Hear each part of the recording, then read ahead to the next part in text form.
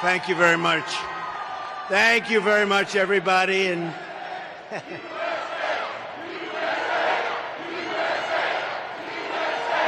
thank you very much. A very big hello to North Carolina, special place. You saw the other day my little granddaughter, she's named Carolina. This for a reason, because Lara, her mother is from here, and she's doing a fantastic job, a fantastic person. So it's great to be here and great to be back in this beautiful state with thousands of proud, hardworking American patriots, which is what you are. I want to thank very much Glenn Mosak and everyone at the Mosak Group for welcoming me today. This is a beautiful, fantastic place.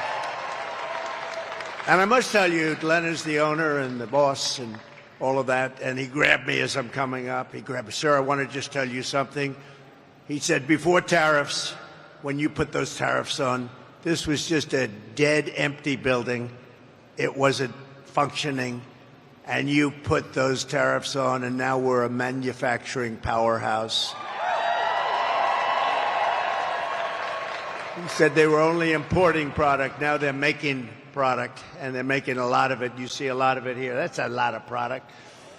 And I know that. I've known that for a long time, and that's what we're going to be doing on a much, much larger scale. And our congressmen that are here and senators, a lot of people here. I'll just introduce a couple real fast, but I just want you to know that I couldn't have been more beautifully greeted when Glenn said that, because I've been trying to explain that to people. They don't understand it, but this was he called it an empty hulk, and now it's a thriving business. We're also joined by, thank you very much. We're also joined by congressional nominees. Mark Harris, who's doing fantastically well. No relation to Kamala Harris, I don't assume. No, he's not. No, I don't think so. You're doing very well. You're doing better than she is, I can tell you that, in the polls. And Pat Harrigan. Thank you. Good luck, Pat. Good. I heard you're both doing great. And, of course, North Carolina GOP Chairman Jason Simmons, who's a fantastic job. I heard we had a great poll this morning. That was good. We're doing well. We've won North Carolina twice, and we got to win it one more time. And we win North Carolina, we're going all the way. Perhaps we go all the way anyway, but this is a very important place, a very important state, and I love it. And as the expression goes, we have family here, and we really do. I also own a big enterprise down the road at Lake Norman. Does anybody know of what I have?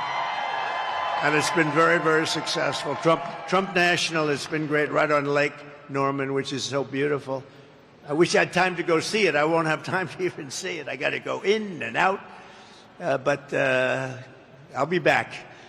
As you know, there have been 2 assassination attempts on my life that we know of, and they may or may not involve, but possibly do, Iran. But I don't really know, can't be sure, because in the first case in Butler, Pennsylvania, great place, and we're going back to Butler, by the way. We're going to go back and finish our speech. The FBI has been unable to open the 3 potentially foreign-based apps. And in the second case, the assassin had 6 cell phones in his car, yet the FBI has likewise been unable to penetrate their guard. Shouldn't be tough to do. They want to know, and I want to know, and the whole country and maybe the world wants to know, who is he calling? Who is he calling? In the old days, the FBI and the DOJ used to capture people before anything happened. In current days, the upper echelon of the FBI is all talk while they focus on the sitting president's political opponents. That's what they're doing. They spend so much time. We won the case in Florida. It's all a big scam. It's all against a political opponent, me, who's doing better in the polls than anybody else and should be hopefully able to recapture the presidency and 41 days and make our country great again, but all they focus on is their political opponent. But they must get Apple to open these foreign apps, and they must get Apple to likewise open the 6 phones from the second lunatic, who's a lunatic, and open them immediately, because we have a lot at stake, whether it's me or any other former president. They break into apps all the time. They had no problem breaking into the apps of the J6 hostages. They broke into those apps. And they could be Iran-based. They could also be something else. But we'll never know until they're opened, and they got to get them opened. And really, why is it that the father of the shooter in the Butler instance has one of the best and most expensive lawyers in the entire state of Pennsylvania? How did he get to this expensive lawyer, big law firm, the biggest in Pittsburgh? Where did he get this big law firm from? It's sort of strange. If I were president and a former president and a leading candidate, I'm the leading candidate by far to be the next president. And that leading candidate was under threat. If I was president and the candidate was under threat, any candidate, Republican or Democrat, and by the way, I want to thank the Democrats because they just increased funding for the Secret Service, who worked very hard. They increased funding for the Secret Service, and nobody will believe this. It was a unanimous vote. Republicans, every single Republican, every single Democrat present voted in favor. That was the first unanimous vote we've seen in a long time, and that's to increase the funding of the Secret Service. So I thank everybody in Congress. But if I were the president, I would inform the threatening country, in this case Iran, that if you do anything to harm this person, we are going to blow your largest cities and the country itself to smithereens. We're going to blow it to smithereens. You can't do that. And there would be no more threats. There would be no more threats. But right now, we don't have that leadership or the necessary people, the necessary leaders. We have 2 people, not one. We don't even know who our president is right now. Who is our president right now? We really don't know, but we have 2 people, not one, that only keep looking. And when you do that, when you just look, trouble always ensues. So it's big trouble for our country. Meanwhile, we have the president of Iran in our country this week. We have large security forces guarding him, and yet they're threatening our former president and the leading candidate to become the next president of the United States. Certainly a strange set of circumstances. Around the world, our enemies are desperate to prevent Donald Trump from returning to the White House because they know I will make America great again. They don't want that. 4 years ago, our country was feared and respected, and our country will soon be feared and respected again. We have to have that. And that's why we all need to pull together to thwart these attempts and to bring back American strength, power, and prestige. We will soon have it back. No threat will shake me. No enemy will intimidate me. And I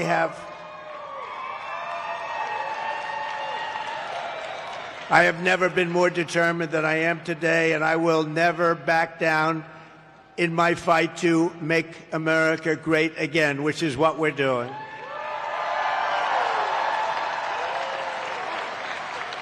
So I want to make that statement because we are under threat. I have been threatened very directly, and I appreciate the agencies that we've been meeting with, but we've been threatened very directly by Iran. And I think you have to let them know, because the best way to do it is through the office of the president, that you do any attacks on former presidents or candidates for president, your country gets blown to smithereens, as we say. 41 days from now, we are going to win the state of North Carolina. We are going to defeat Comrade Kamala Harris. And we are going to take back our country. We're going to take it back.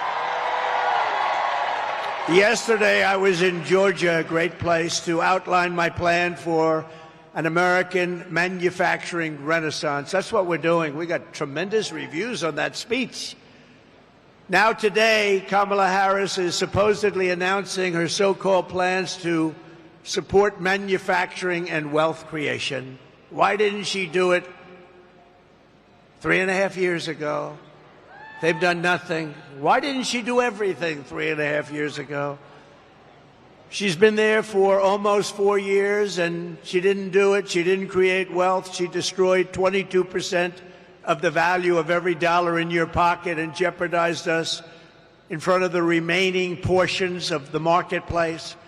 And the world's reserve currency is under siege right now. A lot of people think we won't have the reserve currency. If we lose that, that's like the equivalent of losing a war. We will have it. If I'm elected president, we will have the world's reserve currency in better shape and order, and every country will follow it. And if they don't, we will put tariffs on that country, and we won't trade with that country, and they will then call us and say, we would love to have you continue to be the world's reserve currency, sir. So easy. It's so easy, but you need the right messenger. You need the right messenger. She didn't support domestic manufacturing. She killed 24,000 U.S. manufacturing jobs. In the last month alone, we lost 24,000 jobs. You know, there is a reason for the interest rate cut from the Fed. Big part of that reason is that our economy is doing really, really badly. Kamala goes to work every day in the White House. Families are suffering now. So if she has a plan, she should stop grandstanding and do it. Just do it. You have a few months left. Do it. Do it. You have plans for the border? Do it now. You know, you don't need anything at the border. All you need is the President of the United States to say, the border is closed. I didn't have anything. I had only a good thought process. I closed the border. I built hundreds of miles of wall, and I got Mexico to give us thousands of soldiers to guard our country so people didn't come in. And we had the safest border in the history of our country.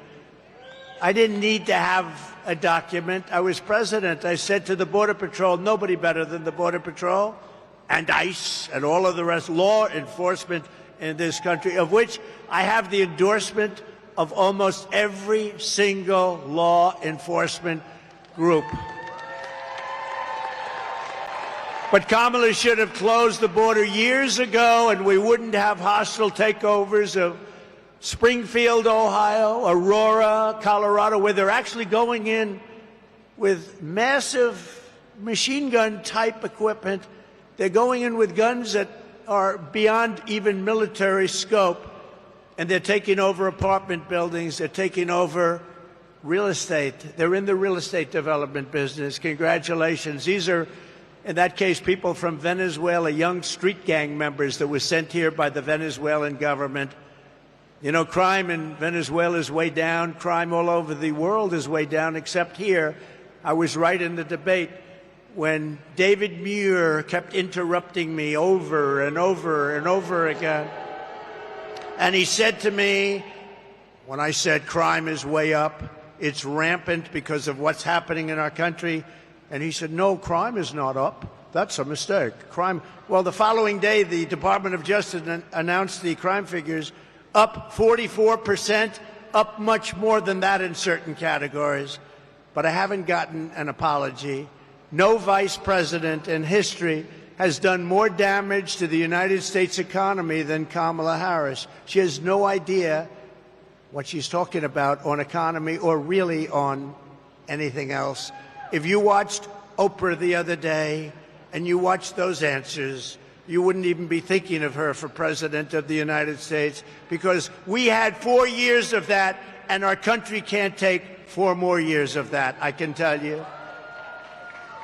But twice she cast the deciding votes that caused the worst inflation in maybe 100 years. She abolished our borders and flooded our country with 21 million plus illegal aliens. They came in from all over. Think of it. They came from prisons and jails. They came from mental institutions and insane asylums. They're terrorists. They're criminal street gangs. They're MS-13. We took millions of people like this into our country, and we're going to get them out, and we're going to get them out fast, I can tell you. No country can survive that. No country can survive it. But ask yourself, is anything less expensive than it was 4 years ago? Where are the missing 818,000 jobs? Remember, they said 808. They were fake jobs, and they thought they'd be caught, but they thought it was going to be after the election, not before the election. They had a leaker. Thank you, Mr. Leaker. They had a leaker who leaked the fact that they falsified the numbers. Nobody talks about it. The press refuses to write it. We don't want to hear Kamala's fake promises, even something like she worked very long and hard hours over French fries at McDonald's. She'd never worked at McDonald's. It was a fake story. It was a fake story. The press now refuses to write it because it's so, there's a very simple one. She said she worked at McDonald's and she didn't. Not highly sophisticated, not complicated. It was a lie. She never worked at McDonald's over the hot French fries. I think I'm going to a McDonald's in 2 weeks, actually, and I'm going to work the French fries because I will have worked longer and harder at McDonald's than she did if I do that even for a half an hour. So we want to hear an apology for all of the jobs and all of the lives that she's destroyed. Think of it. They created 818,000 fake jobs so that the job numbers would look better. But they got caught before the election. They were going to announce it after the election that it was a mistake. It wasn't a mistake. It was fraud. And the Attorney General should look into it because nobody's ever had that kind of a mistake before in this country. 800, almost 1 million jobs, a mistake. But she got caught. So I just, sometimes these whistleblowers and leakers are okay with me. Kamala Harris is a one-woman economic wrecking ball. And this November, the people of North Carolina are going to tell her we've had enough. We can't take it anymore. Kamala Harris, you're fired. Get out. You're fired. You did a lousy job as vice president. Look, Joe is the worst president in the history of our country. Jimmy Carter is the happiest man because the Carter administration, by comparison, was totally brilliant. And Kamala is considered, and if you go back 7 weeks, was considered the worst vice president in the history of our country. And now she wants to be president. We can't let it happen. And she's a Marxist. We're not ready for a Marxist president, and we never will be. North Carolina was once the beating heart of American manufacturing. I know it very well. I was here many times to buy furniture for buildings.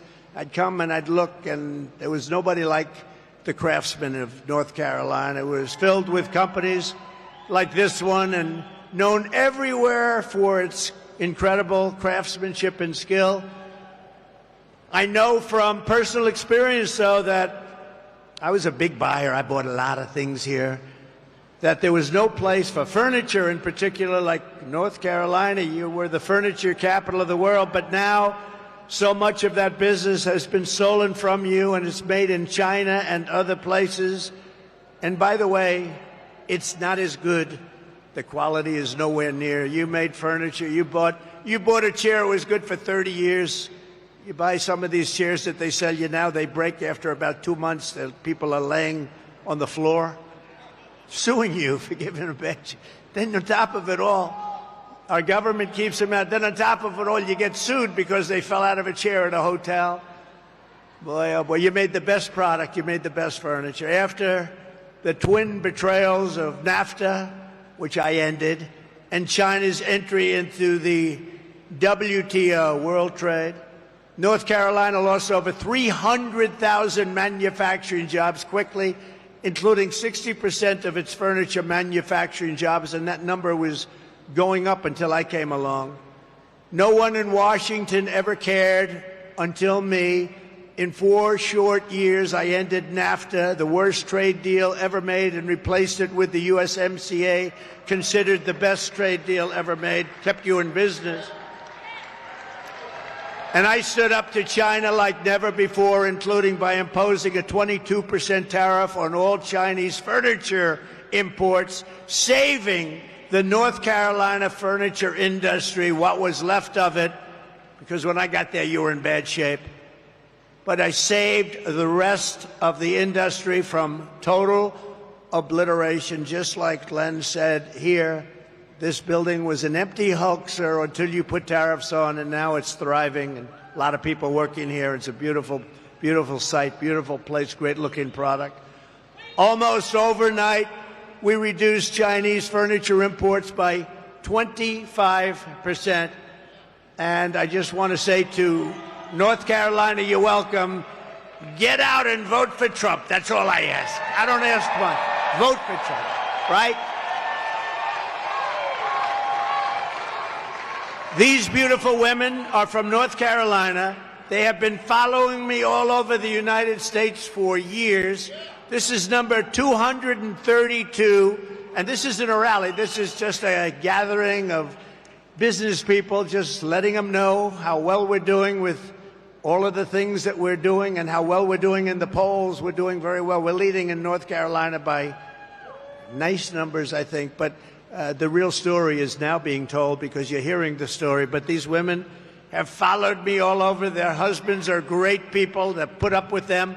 They are all over. Look how beautiful they are. They follow me to California. They follow all over the country. And now finally we're in North Carolina, so you don't have to go so far. They live about 20 minutes away.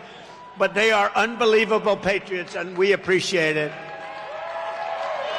There's actually about 50 of them. And I often wonder, you know, they're happily married. They're great. They're happily married. But boy, their husbands, I say, darling, I'm leaving for a couple of days. We're going on. He's going, you're going to watch him again? But we love you and we appreciate it. And above all else, they're patriots. They want to see our country get better. So thank you very much. Thank you very much. So to the workers of this state, when you hear Kamala Harris attack my tariffs today, you wouldn't have anything left in this state if I didn't do what I did. This building would be now shuttered, closed, empty, no jobs, and now it's thriving.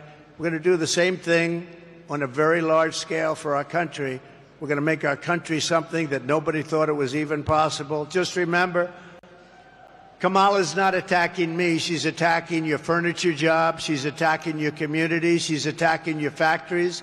And she's trying to send all of those jobs to China with everything else.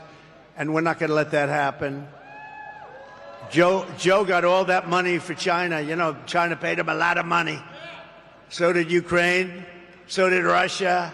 They got a lot of money. Remember when I said during the debate, when Chris Wallace was the host, he did not so. How's Chris Wallace doing lately? Not too good, right? He's not doing too good.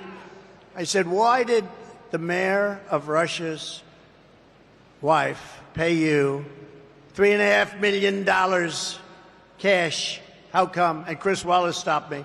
You're not supposed to be asking that question. I said, why not? That's a question. He wouldn't let it be asked. You know, I had 3-on-1 the other day, and I had 2-on-1 then. I always have unequal odds, but we handled it very well. We got great marks on that debate. We had a woman debating. She just talked about, like, the birds and the bees. She didn't talk about, when you asked a question, there was never an answer. There was never any knowledge. When you saw her the other day, and, by the way, when she did the interview previous with the Pennsylvania person who was a nice person, I know him very well, they were the softest questions. She was unable, literally unable, to answer the questions. And we can't have that. We cannot have it. We need 4 strong years. We have to bring our country back. Under my plan, American workers will no longer be worried about losing your jobs to foreign nations. Instead, foreign nations will be worried about losing their jobs to America. You've never heard that before. And you've never heard that before, I don't think. We're going to take their jobs, we're going to take their factories, and we're going to bring trillions and trillions of dollars in wealth back to the USA and back to North Carolina. A lot of those jobs, especially those furniture jobs, they're going to be coming back. It's not overly complicated, and we're going to explain it. And it's what many countries have done to us for years and years and years. And we didn't do it because we didn't have the leadership necessary to understand what was going on. Here is the deal that I will be offering to every major company and manufacturer within our country. I will give you the lowest taxes, the lowest energy costs. I will cut your energy in half. The lowest regulatory burden and free access to the best and biggest market on the planet Earth, but only if you make your product here in America and hire American workers for the job. You know, I had Wall Street geniuses calling me up yesterday. I said this yesterday when I was in Georgia, where we're leading also, by the way. That's nice, by quite a bit. But we were in Georgia and doing well. And they called me up after the speech and they said, "What? Who gave you that idea to cut the taxes, but only if you make the product in the USA?" Pretty good idea. They said, "Who gave you that idea?" I said, "I did. If you don't make your product here, then you will have to pay a tariff when you send your product into the United States, and we will take in hundreds of billions of dollars into our treasury and use that money to benefit American citizens." But really what's going to happen is they're going to end up building their factory here so they don't have to pay the tariff. That's really what's going to happen, most of it. But when they don't, we're going to take in a lot of money. Every once in a while in business, you'll look at a company and say, how is it possible that I can buy this company? This company's great. Happens. I've had it happen a lot. Actually, I've done a lot of them. But the other side looks and doesn't understand why you're so thrilled. And that's the way I view the incredible potential of the United States. This is a profit-generating machine that's been horribly run by either corrupt or very stupid politicians. And it's been allowed to be dissipated, absolutely dissipated. But it's like a company that you see it, you buy it, you change it, and you make a fortune. And oftentimes the seller of those companies will come back to me and come back to others and say, why the hell didn't I see that? Happens. I've had a lot of jobs like that. You take it and it becomes a tremendous success. And the seller would call me and say, congratulations, I never saw what you saw. You know, they talk about the paperclip. The paperclip is a very simple thing. A lot of people say, gee, why didn't I think of that? The United States of America is going to be by far the most successful country anywhere in the world, and that's what we're going to do. We're going to do things that nobody will believe, and it's so simple, and it's going to happen fast. We're going to do great things for the citizens of our country. We're going to make an absolute fortune for the American people. I think it's okay to say that. It's about time, because we've been giving away our country to foreign countries for so long. They've been ripping us off for so long. And now it's going to be the exact opposite. And we're not going to rip them off. We're just going to take back what was ours and then some. The centerpiece of my plan for a manufacturing renaissance will be a 15% made in America tax rate. You have to make it in America. So the tax rate is going down to 15% if your product is made in America, like this product is made in America. So I brought the business tax rate from 39% to 21%, the biggest decrease, biggest cut in taxes in the history of our country. And people said that that was impossible to get done, but I got it done, and I got it actually passed in Congress, so it cannot be changed easily, even though they want to change it and raise it way back up and lose all your jobs. If she gets in, they're going to want to make it 38, 40, maybe even 50%. I got it done. I got it approved in Congress. And we did more business and created more jobs during that period than at any time in our country's history. Now I'm taking it a step further. We're going to bring the 21% rate, which everyone said we could never get, down to 15%, but only if you manufacture your product here in the USA, just like you did when you were the furniture capital of the world. That's why those furniture companies, and you still have your craftsmen here, unfortunately, they're doing other jobs that they don't want to be doing. They love making furniture. I know the furniture guys. They don't want to be doing other jobs. They want to be making furniture. They're artists. Those people are going to be coming back into the furniture business. Then, next, I'm imposing tariffs on your competition from foreign countries, all these foreign countries that have ripped us off, which stole all of your businesses and all of your jobs years ago and took your businesses out, so that now they won't be able to compete with North Carolina or businesses in any other state in our once great country, soon to be greater than ever before country. All of your furniture makers are going to come back and come back bigger and stronger and better than ever before.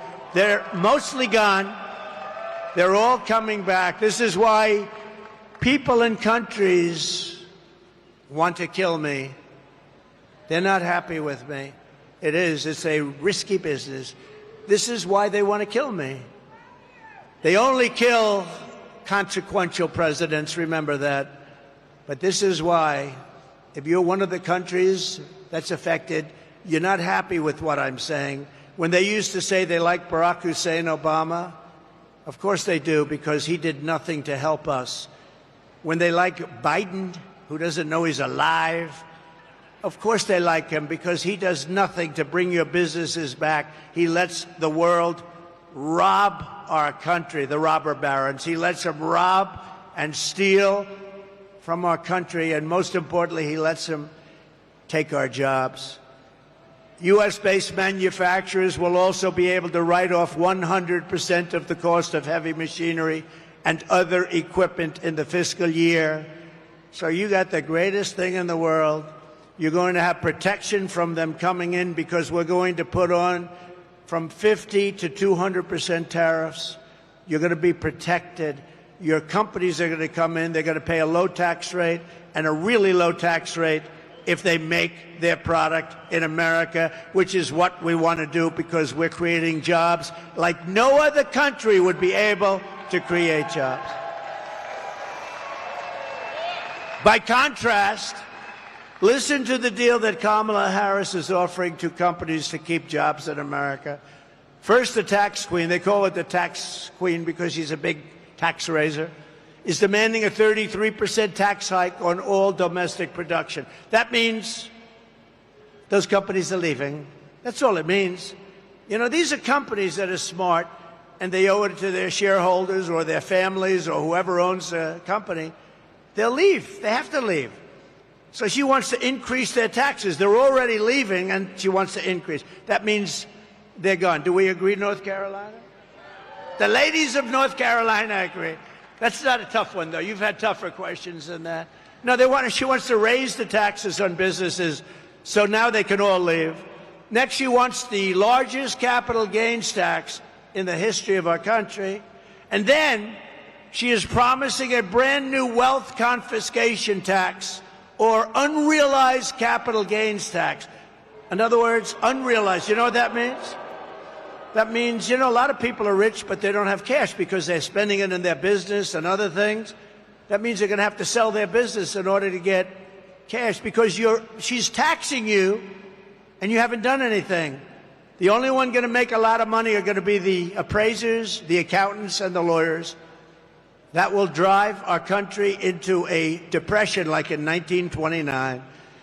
In addition, Kamala is shutting down power plants nationwide, causing electricity prices to soar by more than 100%. You know, your energy costs are much too high right now. And she's going to be lifting them by at least 100%. And she'll close down all fracking and all fossil fuel development. She's been saying it for years. So she had 15 different policies that she's changed. And over the years, I've been, into politics, but mostly on the other side, like writing checks for politicians. Campaign contributions, extremely legal. But I've been on the other side, campaign contributions. And I've seen on occasion a politician make one change in policy, maybe two. She's made 15.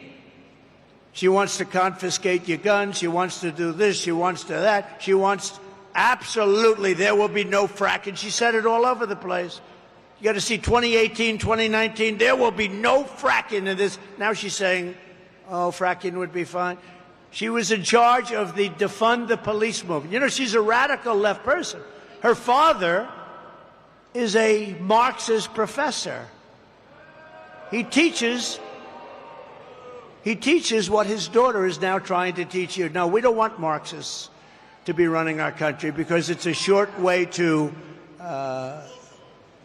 we passed socialism. We never had socialism. I always said, we will not ever be a socialist country. And I was right, because they skipped socialism. They went down to communism. I was right. Got to keep myself right. No, we skipped socialism. This is unbelievable that this woman is running. She's a communist. Her views are communist. She destroyed San Francisco. The greatest city in this country 15, 20 years ago was San Francisco. She destroyed San Francisco as DA. She destroyed California as the Attorney General. She was Attorney General of California. She destroyed it. Most beautiful place on earth. Best weather, beautiful ocean, and everything. And now you look at it, look at what it's done. And Gavin Newsom has done a terrible job. He's a terrible governor. She's destroyed it, and she'll destroy the United States of America if she becomes president. And all those things that she wanted. A politician always goes back to where they came from. Defund the police. Think of it. She headed up defund the police for years. She was one of the originators of defund the police. Anybody that wants to defund the police and is a party to that even for one day has no right to be the President of the United States. Right? Under my plan, we will cut energy and electricity prices in half, not only for businesses, but for our great young ladies from North Carolina. Your prices, they're pretty rich people, I think. I don't think it's going to matter to them, but it's going to matter to a lot. Will cutting the energy prices mean anything to you ladies? Still good, right? It's money. But we're going to cut it in half, not only for your businesses, but for everybody. Within 12 months, we will double our electricity capacity to compete with China and other countries on artificial intelligence. People don't know the AI, artificial intelligence, is a big thing. Everybody wants it. China's already building massive electric plants. To be able to compete, you need more than double the electricity that you already have in this country, or you can't compete. It is an electricity-eating monster. And we're going to be able to do that, and we'll be more than able to compete. We're going to be able to get it done, but not if somebody else is president. It'll be a disaster. To slash burdens on workers and businesses, we will cut 10 old regulations for every one new regulation. So I cut more regulations during my 4-year term than any other president in history during any term. And we're going to keep it going. Some of them have been put back by Biden and Harris. And to the auto workers of our country, we love you. I am pinpointing you for greatness. China is right now building major auto plants in Mexico. They didn't start them with me. They knew that it wasn't going to work with me. As soon as I left, they started building. And they think they're going to sell their cars into the United States and destroy Michigan, South Carolina, North Carolina, Georgia, a lot of other places where they make autos or auto parts. And it's not going to happen. We will put a 100% tariff on every single car that they want to come across our border, and tell them only that they'll get rid of the tariff under one circumstance: if you build your plant not in Mexico but into the United States and use our people as your workers. I will bring automobile manufacturing back to the highest level in the history of our country. We will be like it was 50 years ago, when there was virtually nobody else to compete with us. We're going to bring back the automobile manufacturing at a level that we haven't seen before in many, many years, maybe never. Vote Trump, and you will see a mass exodus of manufacturing from China to Pennsylvania. You haven't heard that too much. From Germany to Georgia, from South Korea to North Carolina, you're going to see a tremendous exodus the other way. You haven't seen that. We were getting ready to do it, and then a lot of bad things happened. We did much better, by the way, in the election of 2020 than we did in 2016. Just remember that. Millions and millions of votes more. More votes than any sitting president in the history of our country. But they beat us by a whisker. They beat us just by a little whisker. He beat us from the basement. As we save our economy, we will also seal the border and stop the migrant invasion into our country. It's the greatest invasion that we've ever had into our country. What they've done to our country is incredible, and what they're doing to our country. Under Border Czar Harris, millions and millions of people are pouring in right now from all over the world: prisons, jails, insane asylums, mental institutions, terrorists, all at record levels. We've never had anything like this. And, you know, I feel so sorry for the towns and the cities where they are. They're causing havoc, and the mayors always want to be politically correct.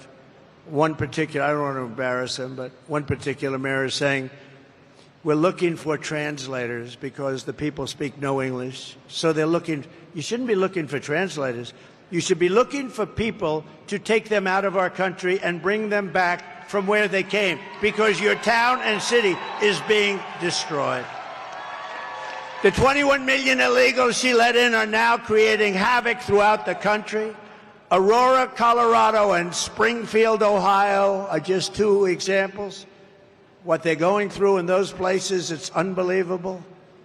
I mean, they're literally taking over those towns. They're taking over hundreds, those are 2 years, hundreds of towns and cities throughout our country, including the big ones. Look at New York. All of the people, what's happened to the quality of life. The quality of life is a whole different deal. Chicago, take a look at what's happening in Chicago. Look at LA. Look at what's happening in Los Angeles. They're taking over your cities, your big ones, your small ones, your towns. It's not sustainable by anybody. Yet after almost 4 years, Border Czar Kamala Harris has reportedly decided that for political reasons, that it's finally time for her to visit the southern border. So think of it. She was the border czar for almost 4 years. She's never been there. She went to one little area, but I'd like to go there too with our great First Lady and have a nice lunch. This was not the border that she should be looking at. I can tell you the real border because I've been there many times. She finally went after almost 4 years, and the reason is because her polls are crashing. She's not doing well because I don't believe the people of this country are stupid. I think they're very smart, and you're not going to let her ruin this country like she did San Francisco or Los Angeles. She ruined the entire state of California. She's trying to con the public, but remember, she is the one who terminated Remain in Mexico. I had a policy. It was not easy to get. with the president of Mexico, who I got along with great, but he is a smart man and he took advantage of our country. I said, we have to have remain in Mexico. He looked at me like I was crazy. I said, no, I'm not. I want remain in Mexico until we find out if these people are qualified to come in. And they stayed in Tijuana. They stayed all over Mexico, hundreds of thousands of people. And we took them in very, very slowly. I don't know if they can put up my world's favorite chart. I don't know. We're in a factory right now. We don't have billboards, I don't think. But the greatest chart, I love that chart because that chart saved my life. It was a chart on immigration. There was a chart on immigration, blue, gold, and red. I love it very much. If I didn't have that chart, I probably wouldn't be speaking to you right now. But it shows basically that we had the best and lowest immigration numbers, and that included drugs and human trafficking and a lot of other things that we've ever had in the history of our country. So remain in Mexico. They canceled our asylum agreements with Central American nations, ended Title 42, a very important program, implemented nationwide catch and release. I had catch and release, but I catch and release in Mexico. We catch and release into the United States, never to see these people again until they murder somebody, and then we see them. And we allowed them, through absolute stupidity, to destroy the very fabric of our nation.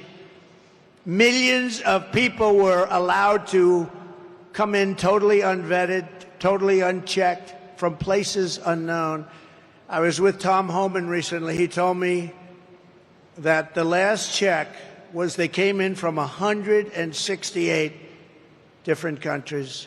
Most people don't even know there are that many countries. Actually, there are quite a bit more than that. 168 countries were represented with illegal aliens coming in. From the Congo in Africa, they come in a lot from the Congo. From jails in the Congo, they opened their jails. From South America, Venezuela, all of the countries, they're letting them out of their prisons and jails. They're letting them out. Their jail population's way down. Their mental institution population. But this is all over the world. They come from the Middle East. They come from Asia. They come from parts of Europe. They come into our country. Many of them are major criminals, murderers. When Kamala speaks about the border, her credibility is less than zero. I hope you're going to remember that on Friday when she tells you about the border. Ask her just one simple question. Why didn't you do it 4 years ago? Why didn't you do it 4 years ago? They've got very little time left, thank God. Very little time left. Why? That's all you have to do. I give this to the fake news media because they don't cover it properly. They don't even talk about the border. Say, why didn't you do it 4 years ago when you first came in? Why are you waiting 3.5, almost 4 years? Kamala's migrant invasion has particularly devastated the black community and the Hispanic community, including all of the people, the jobs, what they've done. The jobs are going to illegal migrants that came into our country illegally. Our black population all over the country, our Hispanic population, are losing their jobs. They're citizens of America. They're losing their jobs. Most of the jobs that were created in our country, and all of the jobs, almost all, were bounce back. They came from me.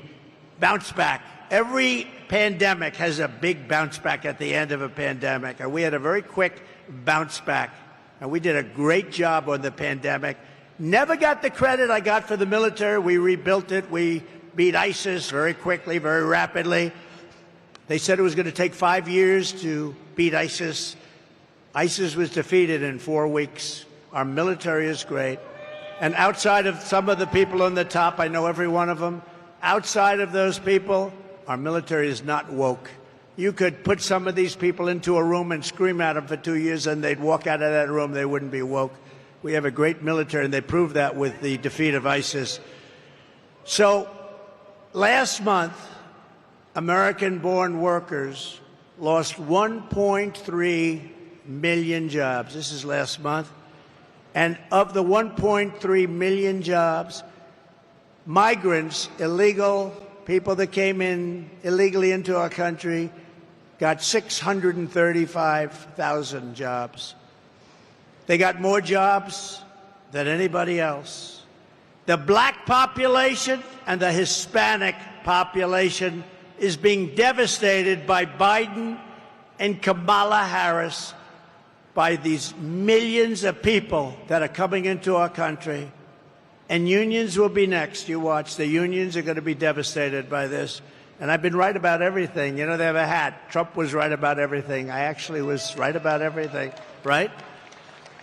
In the Republican Party, which has become the party of common sense, we believe that American jobs should go to American citizens, not illegal aliens. We believe that strongly.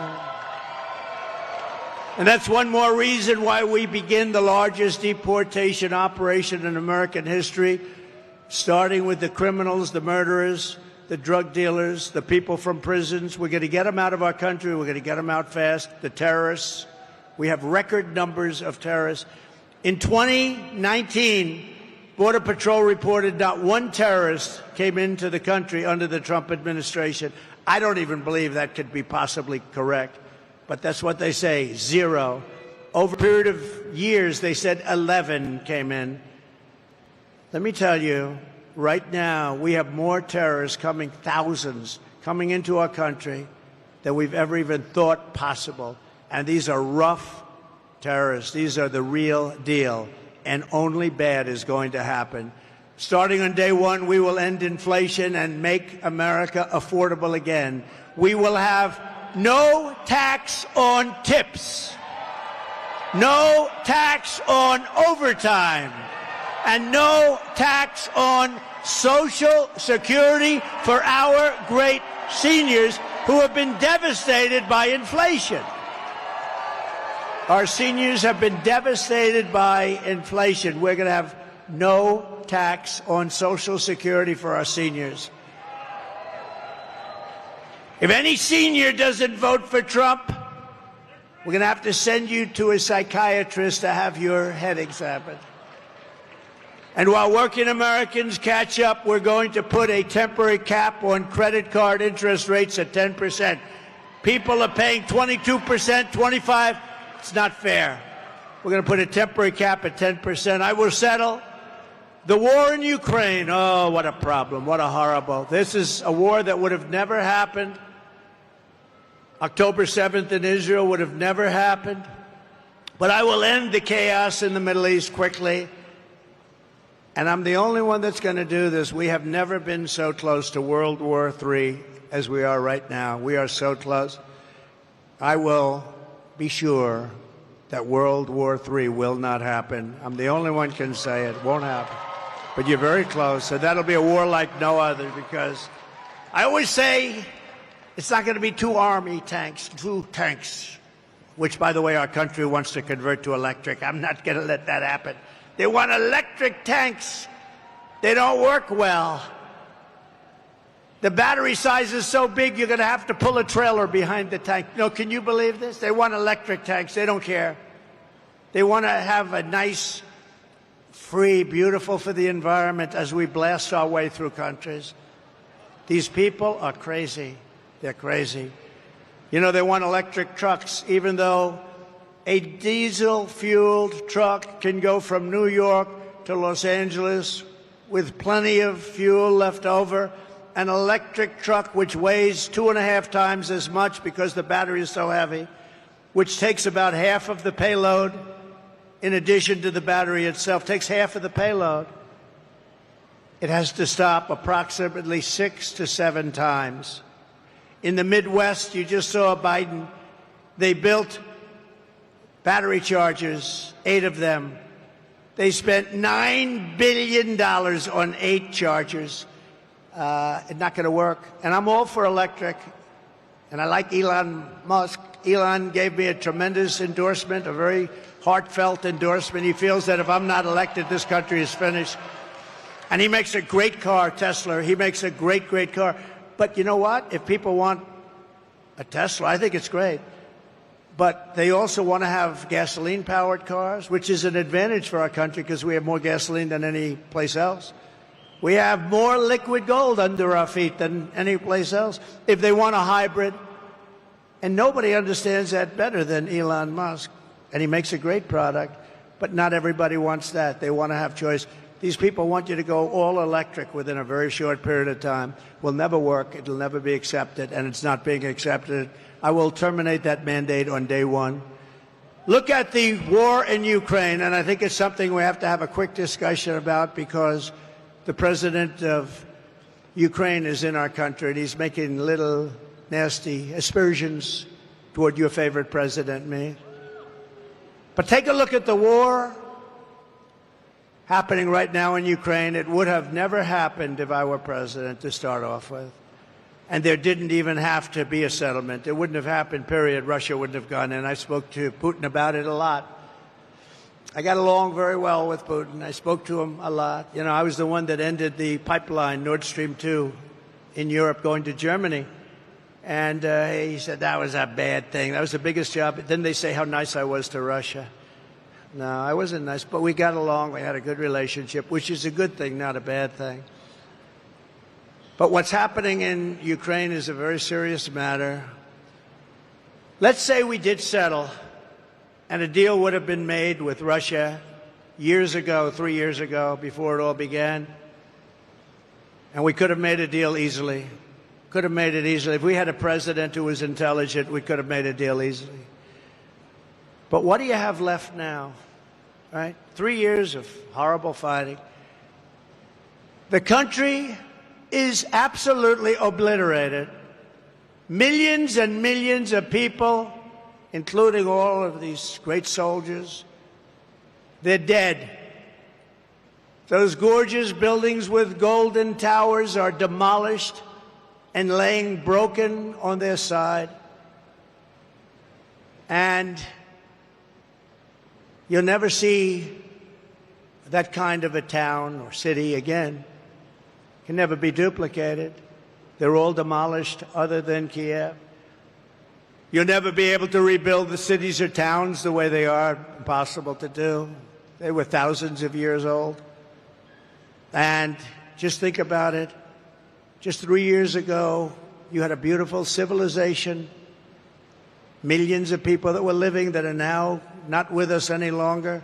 Magnificent towns and cities that were so beautiful could never be reconstructed, other than Kiev, which is actually starting to be hit right now. He wanted to save that. Most of the country is gone. The heritage is gone. So many people are dead. Many people have left for Poland, for Hungary, and for other places, never to return. And that includes many, many Russian soldiers are dead. A deal could have been made. There wouldn't have been one person that died, and there wouldn't have been one golden tower laying shattered on its side. A deal could have been made if we had a competent president instead of a president that egged it all on. And Biden and Kamala allowed this to happen by feeding Zelensky money and munitions like no country has ever seen before. Every time he came to our country, he'd walk away with $60 billion. He's probably the greatest salesman on earth. But now, Ukraine is running out of soldiers. They're using young children and old men because their soldiers are dying and other things are happening to them that we won't even discuss. So many are badly injured. And what do you have? What deal can we make? What deal can we make? It's demolished. The people are dead. The country is in rubble. And who are these people that allowed this to happen? Who are these people? I said, don't let it happen. This never happened in my 4 years. I told President Putin, you're not going to do it. He would never have done it. They started to form after I left. And I actually thought they were forming as a negotiating tactic for Putin. I thought it was a negotiation, but through a lot of bad statements and stupid statements, he went in, and he's no angel. It's all such a horror. Biden and Harris caused this situation by the stupidity of what they said, by every move they make. But they caused the situation, and now they're locked in. They're locked in. I watched this poor guy yesterday at the United Nations. He didn't know what he was saying. They just don't know what to do. They're locked into a situation. It's sad. They just don't know what to do because Ukraine is gone. It's not Ukraine anymore. You can never replace those cities and towns, and you can never replace the dead people, so many dead people. Any deal, even the worst deal, would have been better than what we have right now. If they made a bad deal, it would have been much better. They would have given up a little bit, and everybody would be living, and every building would be built, and every tower would be aging for another 2,000 years. And it will only get worse with these people. With Kamala she doesn't know what she's doing. More people will die. More cities will fall. The ones that fell will continue to receive more and more bombs. They'll be broken up asunder, worse than they are right now. Nothing is standing. The crops are dying. There's really nothing for the Ukrainian people to move back to. And it didn't need to happen. Those buildings are down. Those cities are gone. They're gone. And we continue to give billions of dollars to a man who refuses to make a deal, Zelensky. There was no deal that he could have made that wouldn't have been better than the situation you have right now. You have a country that has been obliterated, not possible to be rebuilt. It'll take hundreds of years to rebuild it. There's not enough money to rebuild it if the whole world got together. They're not going to be satisfied until they send American kids over to Ukraine, and that's what they're trying to do. And the moms and dads of America don't want their kids fighting Ukraine and Russia, and we're not going to have our soldiers die across the ocean.